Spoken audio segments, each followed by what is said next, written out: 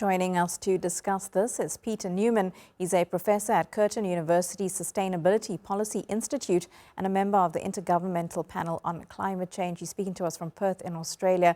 Thanks so much for joining us.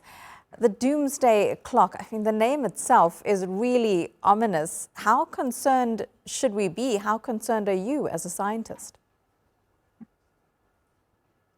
Well, it is very concerning because when the world gets desperate and stops cooperating and gets into conflict, the desperation can spread and things like nuclear become an option. And it can never be an option. It is impossible to see a future if we consider any use of nuclear weapons. It is also very hard to imagine a world unless we get rid of fossil fuels and start living on renewables, because the world is getting hotter and hotter and it is becoming a desperation thing. So we have to continue to cooperate and not seek conflict, because there is no hope if we have conflict. So do you believe this can still be reversed? Many of the scientists involved in the so-called Doomsday Clock say there are still steps that we can take. What do you believe can be taken just in the next year, at least, so that when it comes to this time next year, it's not closer to the finality? Yes, the disarmament projects that were conducted in the last 20, 30 years have worked. And in climate change terms, we have a very good model with the Paris Agreement, where 197 nations agreed to start this journey of decarbonising our economies. And it's working.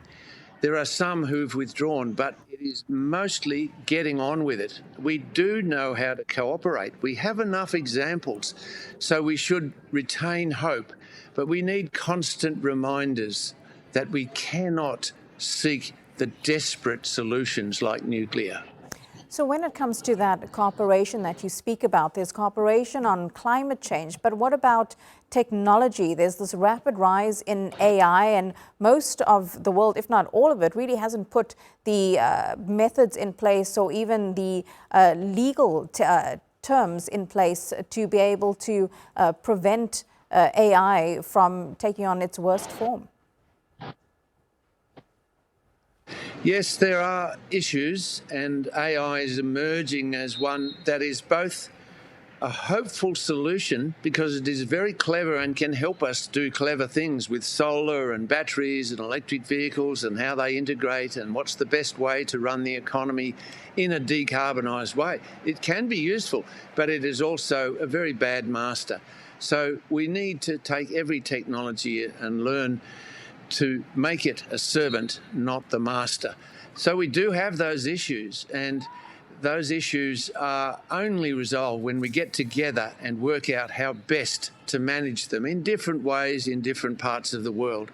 And we do have ways of doing that. And at present, the politics of the world is getting very complicated, but there is still hope when you see how different organisations are forming to take on these issues, and we are able to adjust and bring on this more hopeful set of solutions.